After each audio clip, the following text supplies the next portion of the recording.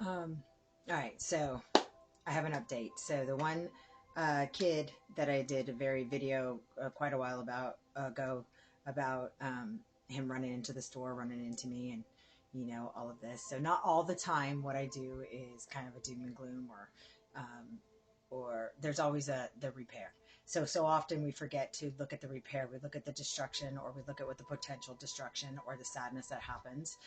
However, it doesn't take long.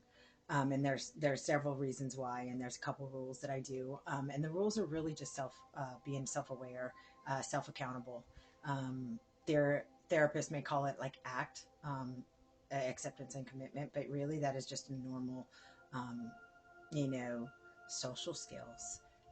But it also, in a family dynamic or any kind of systems, you have to kind of give and take to collaborate, sharing. Those are some of the first things that we get indoctrinated when we're growing up in our home, especially if we're siblings. There's a lot of disservice, and I know there's a lot of reasons why some people would have only one child in their home, except that when you do that, you are doing a kind of a disservice because they don't learn the the arguments and the healthy way that you can present an argument, because arguments are not, and fighting is not something that is nothing more than I'm standing by my argument or what my preference is, and then they're standing on theirs, and how do you come to collaborate and work? Well, that's what we learn, and that's what you learn in the system, but you learn that when you go into primary school, and then you learn when you go into secondary school, because the knowledge base that you intake, or youths, um, actually increases their awareness around the world, but also their value comes into a stronger. I have a house, and I can do another conversations on how I look at the house and how you define your core morals, your internal, your external, and as well as your values. And your values will change depending on how much knowledge you put into it. Your morals may change either, but it's usually your core, the ones that really affect the internal dialogue, not so much the external, like morals of this is how I dictate my family, or this is how I view working with alliances. But there are some that are super, super deep ingrained, that can't go. Can't be swayed without really causing an internal dissonance. So it's really an in service when you don't have multiple people, or getting them into daycare early so they start learning these coping communication skills as well as the argument. So to backtrack on the video that I had done once before, when I was in the store and this kid come running into me and showed me this picture, what is he going to do? And my advice was, do you stay out of it? It's a family dynamic. This is where the girl had shown a video, had called him and was bleeding all over her nose, saying her dad had hit her. There was a lot of things going on. Mom was terminal, well, going through chemo at that point, had some cancer. And so I want to just kind of give you an update of the situation, because tempers are heated at that point. The girl was not unknown for talking back or being disrespectful, and men usually get the brush of the shaft there, or the short end of the stick, when it comes to, you need to manage your anger and only direct it when a woman says you need to direct it, and you don't direct it ever at me, or you never really pop off. They expect you to be angry, but then they don't ever want you to do anything with it. And sometimes it can boil over. But men speak differently than women anyways. Not saying that it's justification for anything, but mom did take up the step. Dad did step out for a while. There was a whole bunch of interventions that were come into place at that 45 days, back in the same home now. So it's been a while. So they've been back in the home now, and they are progressing better. There was so much pressure. Mom has opted that to come off of chemo. So now we're going to start working on process. I got them linked. We're going to start working on grief process, and this is the pre-grief, because that is inevitable at some point. There is stage 4. So there's extremely a lot of external factors that are going on in the dynamics as well. And so I've been coaching the boyfriend on how to assist without taking over, and that there may be some explanations of why anger is. But I also got the girlfriend, and the girlfriend's learning to maybe step back and recognize that maybe the anger is coming from something different, and how can we alleviate some of the stress within the home. And so that's really what it is having her to really visualize what it's like to be in somebody else's shoes. I can only imagine what it would be like. And I get upset, but to have a loved one that's dying, and you have to say goodbye, but you're saying goodbye every day because you wake up every morning knowing that person's going to die. um I don't even know why I'm getting upset too much, but and I think it's because it's so poetic, because it only took about 4 weeks for the quick shift for me to get them to understand, okay, put yourself in their shoes. How can we alleviate the stress? How can we be an assistant? All of you are going through something. And then I asked the boyfriend, what can we do? What can we do where we're not taking over the family? We're not showing sympathy because sympathy says that I'm above you, but we're empathizing and we're giving a compassion because sometimes it's just take a step away. And so sometimes it's just the little things. That's the reminder. So that's what I do. I say just the little things. Maybe take the garbage cans back. Maybe a good morning text. And then I thought, what can you own? So this is where I really went with the daughter. What part of your behavior can you own? What part does the emotion feed?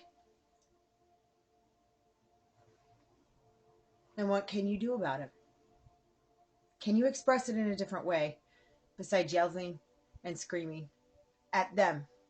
I don't mind you yelling and screaming, but can we put it somewhere different right now? So I asked her, would you like to come into my office and cuss and scream and do whatever you have to do? Go out to the woods, beat a tree with a bat. I don't know. What would you like to do? Because how much of the stress in that home can you own that you are contributing to? And what can you do to alleviate some of that stress that is not necessary? Because stress is just something that you're dictating on somebody else, that you're expecting somebody else to remove from you when you really can remove it yourself. And then how? And this is where I go. And I asked her, how can we do that? So she has started a support group and a book club. And she started meditating. So that's what she owned. She said, yes, I actually am kind of mean. Like, I really am mean to my dad. Like, I expect him to be everything, and then I don't want him to say nothing to me. And every time he does something, he's wrong. And I didn't realize that he is going to lose his lover, the mother of his children. And so that hit her more than anything else.